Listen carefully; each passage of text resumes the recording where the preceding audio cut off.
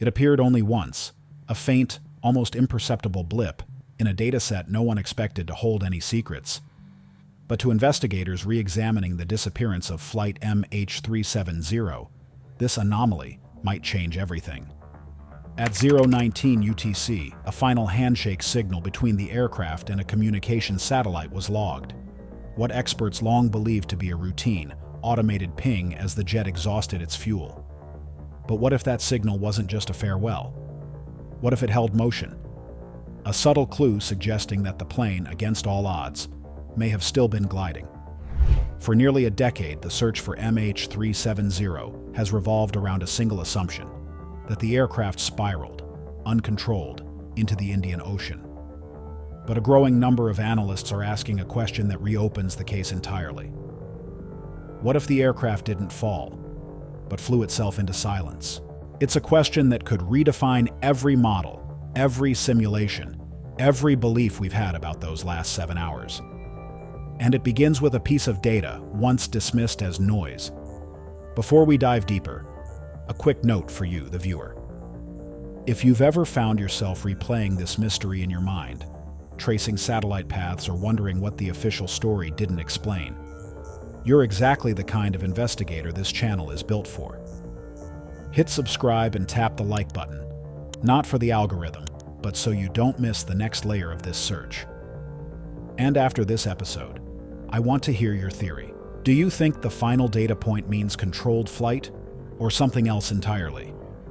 Drop your thoughts in the comments. Your perspective could shape what we analyze next. March 8, 2014. A midnight departure from Kuala Lumpur. A routine red-eye bound for Beijing. 239 people on board. Experienced pilots. Clear weather. A modern aircraft. Nothing unusual. Until the moment everything stopped making sense. At 1:21 a.m., flight MH370 disappeared from civilian radar. No emergency code, no distress signal, just silence. When controllers realized what had happened, the confusion was instant and total. Was it a transponder failure? A hijacking? A mid-air breakup? Hours passed. Families gathered in airport lounges, staring at arrival boards frozen on the word delayed. And somewhere over the South China Sea, the truth slipped beneath the noise. What came next was one of the largest search operations in modern history, spanning oceans, nations, and years. But it all began with a single, fragile thread. A handful of satellite handshakes between the aircraft and a communications satellite orbiting 36,000 kilometers above the Earth. Those signals weren't meant for navigation. They were automated. Are you there? Pings between the aircraft's systems and the Inmarsat network. Background noise and the digital chatter of aviation. Yet after every radar, every radio frequency, every tracking system went dark, these handshakes were all that remained. And from those 7 signals, investigators built their one enduring assumption: that after losing contact, MH370 flew straight and steady on autopilot, continuing southward until fuel exhaustion. That assumption, the autopilot descent model, became the cornerstone of everything that followed. It guided billion-dollar search grids.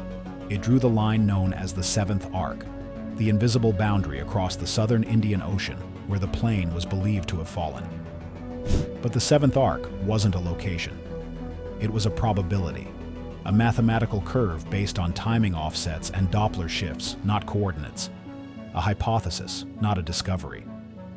Still, in the absence of debris, communication, or survivors, it became treated as fact.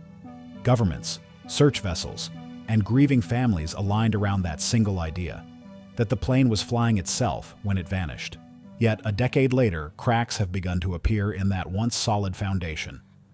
Tiny irregularities in those satellite readings, subtle variations in frequency drift, signal timing, and transmission power, don't quite fit the autopilot theory.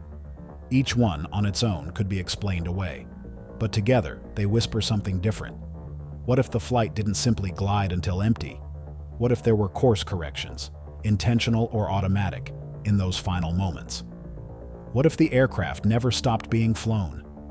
For 10 years, the world has operated on one elegant assumption, but the data might be telling another story.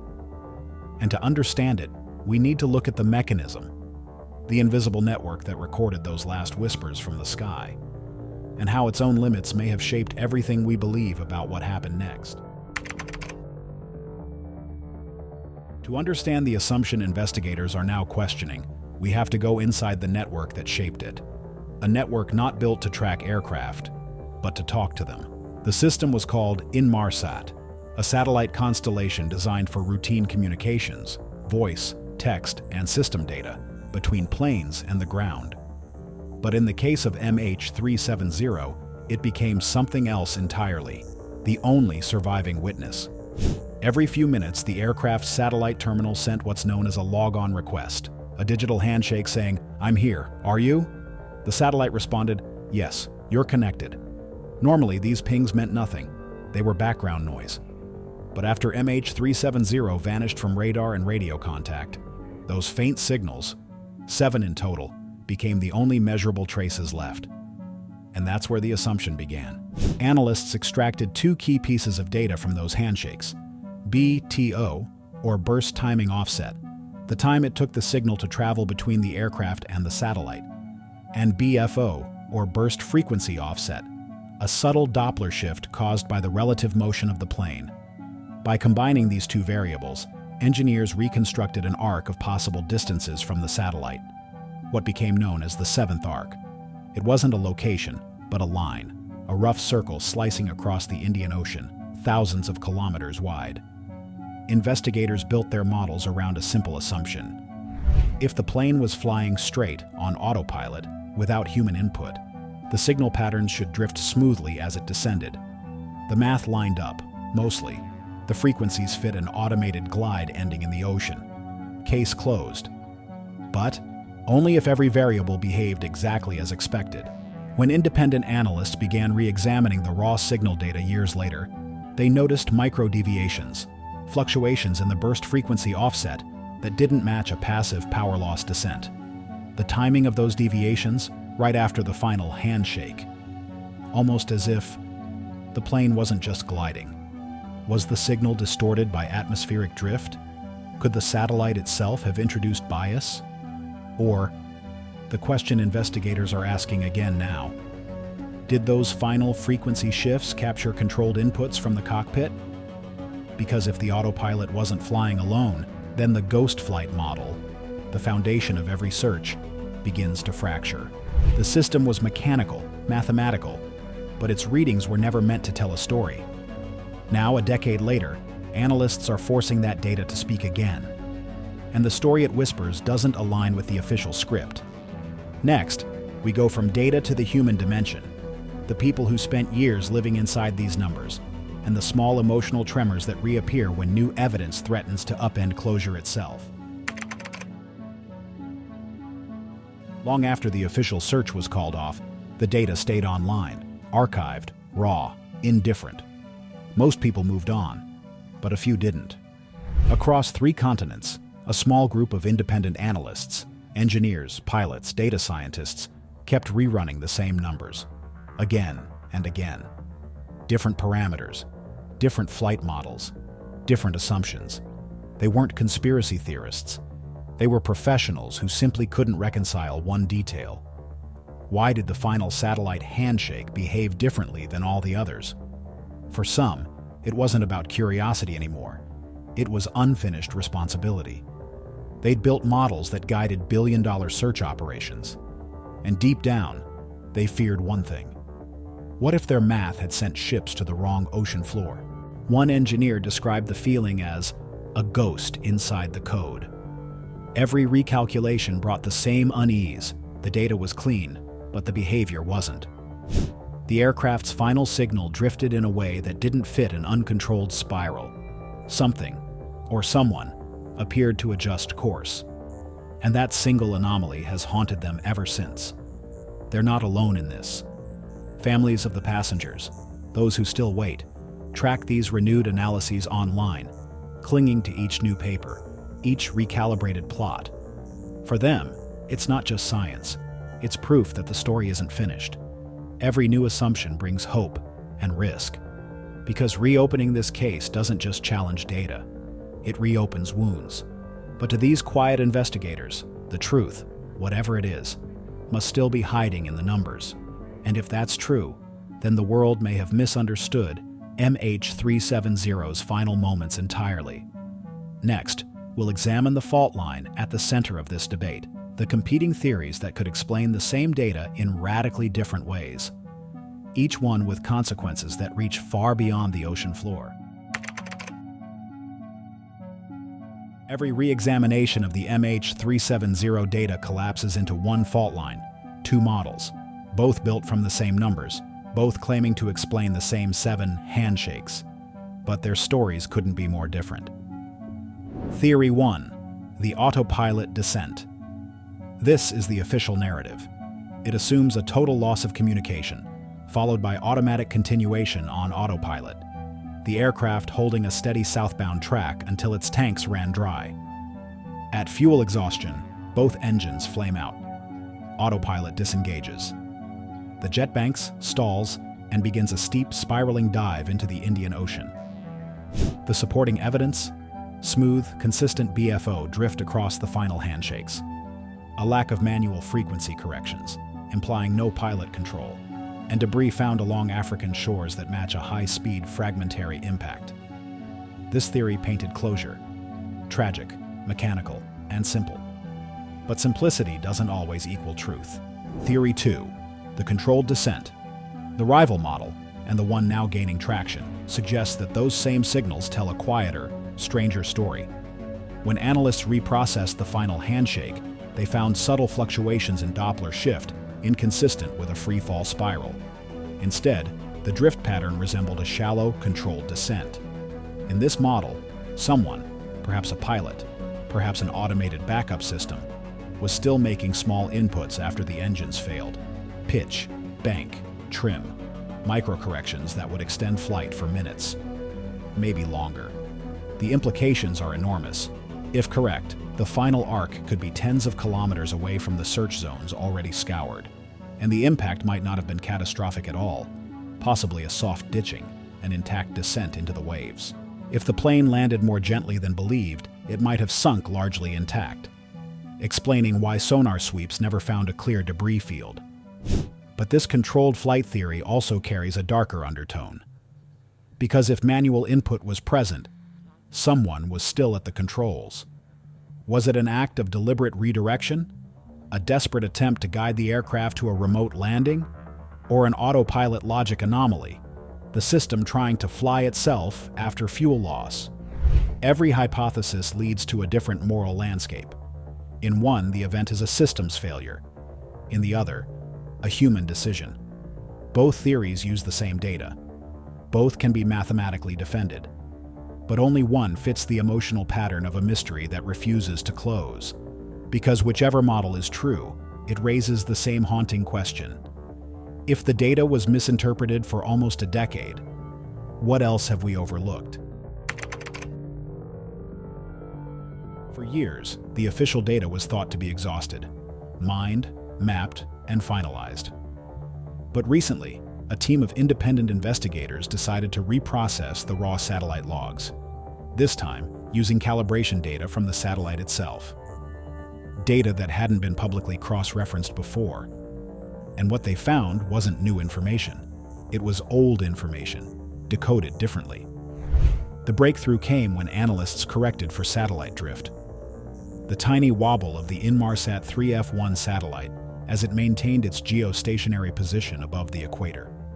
That adjustment, a mere fraction of a degree, altered how the frequency offsets were interpreted. And suddenly, one of the final handshakes no longer fit the autopilot descent model. The anomaly appeared in the last recorded signal, the one long believed to mark the plane's final descent. When recalibrated with the satellite's precise drift data, that signal's Doppler pattern suggested a shallow angle of motion, not a nose-down spiral. In other words, the aircraft may have been leveling out. To most viewers, 6 Hz of frequency difference might sound trivial, but in satellite telemetry, that's seismic. It's the difference between falling and flying. If that correction holds, it means 2 things. First, the final handshake wasn't a death rattle, it was a trace of control. Second, the assumed crash coordinates, the epicenter of years of search effort, could be hundreds of kilometers off. But that's not the only surprise buried in the recalibration. A parallel study, using machine learning models trained on historical satellite logs from other aircraft, found a signature pattern: a rhythmic modulation consistent with altitude changes rather than descent collapse. In plain language, MH370 might have still been under controlled descent when the data stream ended. It's not proof, far from it. No one has confirmed that these anomalies represent human control, but the timing is undeniable. The signal was alive longer than anyone thought. And that's enough to reignite everything. Some call it statistical noise. Others call it the first real lead in a decade. Either way, the model that defined the global search effort is no longer unchallenged. And if this new evidence is accurate, then we may have been looking in the wrong place, not just geographically, but conceptually. Because this isn't just about where the plane went down. It's about how we've been interpreting silence. The data never speaks twice, but when we listen differently, it sometimes whispers what it couldn't say before. Up next, the implications. If investigators have to rewrite their most fundamental assumption, what does that mean for aviation safety, for families, and for the global systems that were supposed to prevent disappearances in the first place? And that's where the next chapter begins, in the new evidence. Fresh reanalysis. A single recalibrated model that may finally reconcile the contradictions, or deepen them forever. For years, the world's understanding of MH370 ended here, at this timestamp. 1937 UTC, a final signal, then silence. But if that silence wasn't the end, if the aircraft was still in motion, still sending traces of intent, then what we call the end of data might not be the end of the story. It's one thing to reprocess information. It's another to realize that every assumption built from it, every search zone, every headline, every moment of closure, may have been anchored to the wrong premise. Now, investigators face a new kind of turbulence, not in the air, but in the foundation of their own certainty. Because when evidence challenges belief, it's not just models that shift, it's meaning. And that question, more than any dataset, is what they must face next. If the new reanalysis is correct, then one of the longest, most expensive searches in aviation history was based on a single, elegant, and possibly flawed assumption. That MH370's final moments were passive, automatic, uncontrolled. But if those last signals really captured traces of active control, even seconds of it, then the story we've told for 10 years changes. The accident becomes an action. The silence becomes a choice. Because this isn't just about one flight. It's about every system that followed, every satellite that listens for distress calls, every safeguard that depends on clean data and perfect interpretation. If one misunderstood frequency drift can alter the trajectory of an entire search, what other assumptions hide inside the black box of our confidence? Even now, somewhere in the archives, the data sits unchanged, the same bits and bytes as the night they were recorded. What's changed is how we listen. For investigators, this re-examination is more than technical correction. It's a moral reckoning. To admit the model might have been wrong is to admit that the ocean floor we scanned may not have been where the truth was buried. It's to confront the possibility that precision itself can mislead, that certainty can conceal as much as it reveals. Every layer of this mystery, every recalibration, every reconsidered assumption, leads back to the same humbling truth. Technology can tell us almost everything, except what it means. So what now? Do investigators restart the search, guided by this new model, this new version of truth? Do we accept that some mysteries are unsolvable? Or does this data, imperfect, persistent, challenge us to look again? Maybe the ocean still holds it. Maybe the data already does. Or maybe what we're really searching for is the line between knowing and believing. If you've stayed with this investigation to the end, you're part of the search now. Subscribe if you want to keep following the story as new analyses emerge. Like this video to help it reach others who still care about finding real answers.